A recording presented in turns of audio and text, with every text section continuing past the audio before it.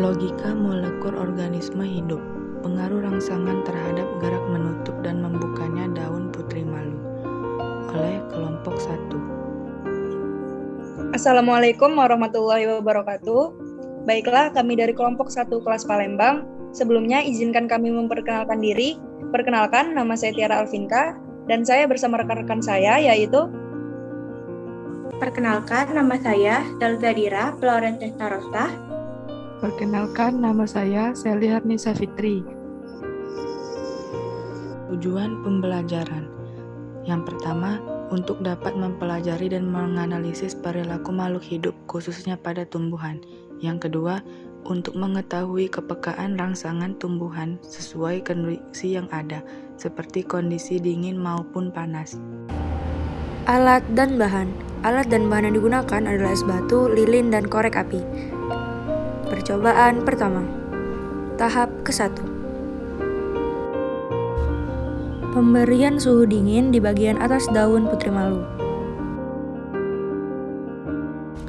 Selanjutnya, pada tahap kedua, pemberian suhu dingin di bagian bawah daun putri malu. Selanjutnya, pada tahap ketiga, kami mengganti suhu dingin menjadi suhu panas dan meletakkannya di bawah bagian daun putri malu.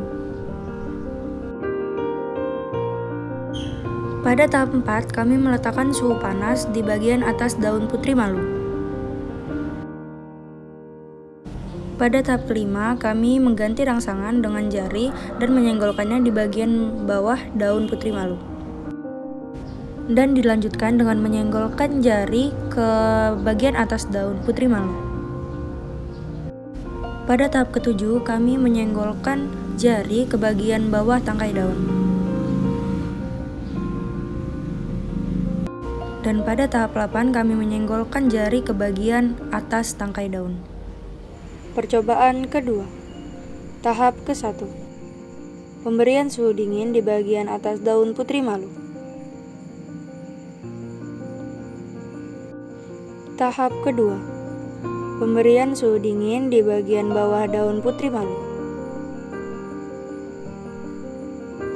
Tahap ketiga. Pemberian suhu panas di bagian bawah daun putri malu. Tahap keempat. Pemberian suhu panas di bagian atas daun putri malu.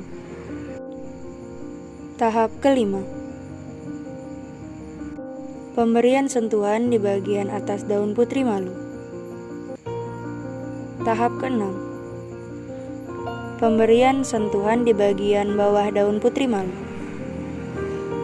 Tahap ke-7. Menyentuh tangkai bagian atas pada tumbuhan putri malu.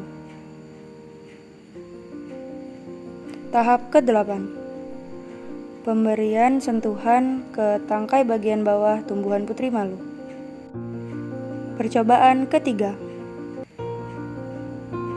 Tahap ke-1. Memberikan suhu dingin di bagian atas daun putri malu. Tahap kedua. Memberikan suhu dingin di bagian bawah daun putri malu. Tahap ketiga. Pemberian suhu panas di bagian bawah daun putri malu. Tahap keempat. Pemberian suhu panas di bagian atas daun putri malu. Ketujuh. Menyentuh bagian atas daun putri malu. Tahap ke-8. Tahap kelima. Menyentuh bagian bawah. Menyentuh daun bagian atas pada tumbuhan putri malu. Tahap ke-6. Menyentuh daun bagian bawah pada tumbuhan putri malu. Tahap ke-7. Menyentuh bagian tangkai atas dari daun putri malu. Tahap ke-8. Menyentuh bagian tangkai bawah dari tanaman putri malu. Pendahuluan. Dalam biologi dan ekologi organisme, dalam bahasa Yunani yaitu organon yang berfaedah alat, adalah himpunan molekul-molekul yang saling memengaruhi sedemikian sehingga berfungsi secara stabil dan mempunyai sifat hidup. Istilah organisme kompleks mengacu pada organisme yang mempunyai semakin dari satu sel.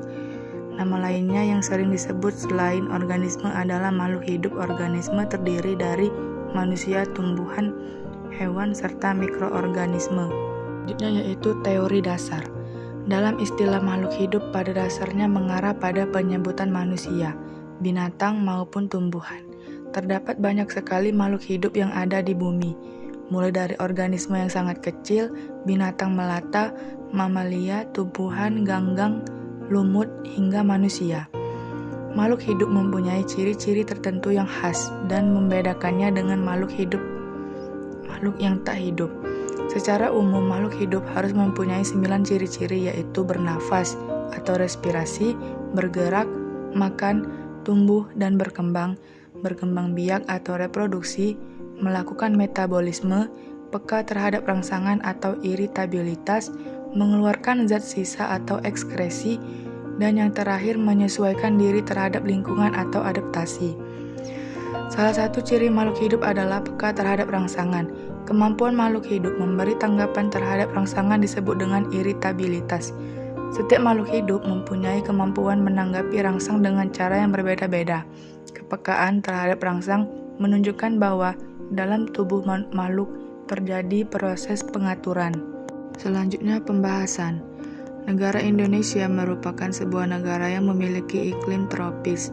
Oleh karena itu, banyak berbagai jenis tanaman dan tumbuhan yang tumbuh di sekitar kita. Baik itu jenis tanaman yang dibudidayakan sebagai tanaman hias ataupun jenis tanaman liar. Contohnya seperti putri malu atau si kejut. Tanaman ini bisa tumbuh di mana saja dan berkembang biak dengan cepat. Tanaman ini sangat mudah terkejut apabila mendapat sentuhan sedikit saja. Apabila diraba, daunnya akan merunduk atau menutup. Tetapi apabila tidak disentuh, maka daun putri malu tidak akan menutup. Karena itulah tanaman ini disebut sebagai tanaman putri malu. Tetapi selain nama itu juga dikenal sebagian orang dengan sebutan si kejut. Karena tanaman ini mudah terkejut apabila mendapat sentuhan atau rangsangan dari luar sedikit saja, maka daunnya langsung menunduk. Tanaman putri malu adalah suatu jenis tanaman penutup tanah, karena tanaman ini dapat berkembang biak dengan cepat, sehingga menutupi permukaan tanah yang ada di sekitar kita.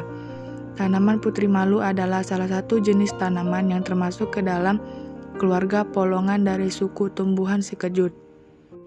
Selanjutnya yaitu kesimpulan. Tumbuhan putri malu merupakan tumbuhan yang peka terhadap rangsangan.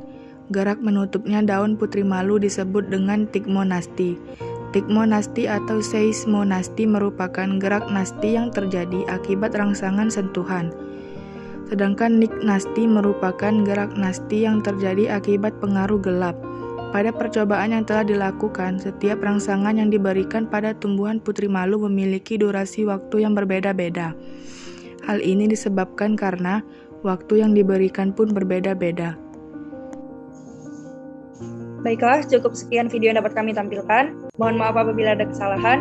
Terima kasih. Wassalamualaikum warahmatullahi wabarakatuh.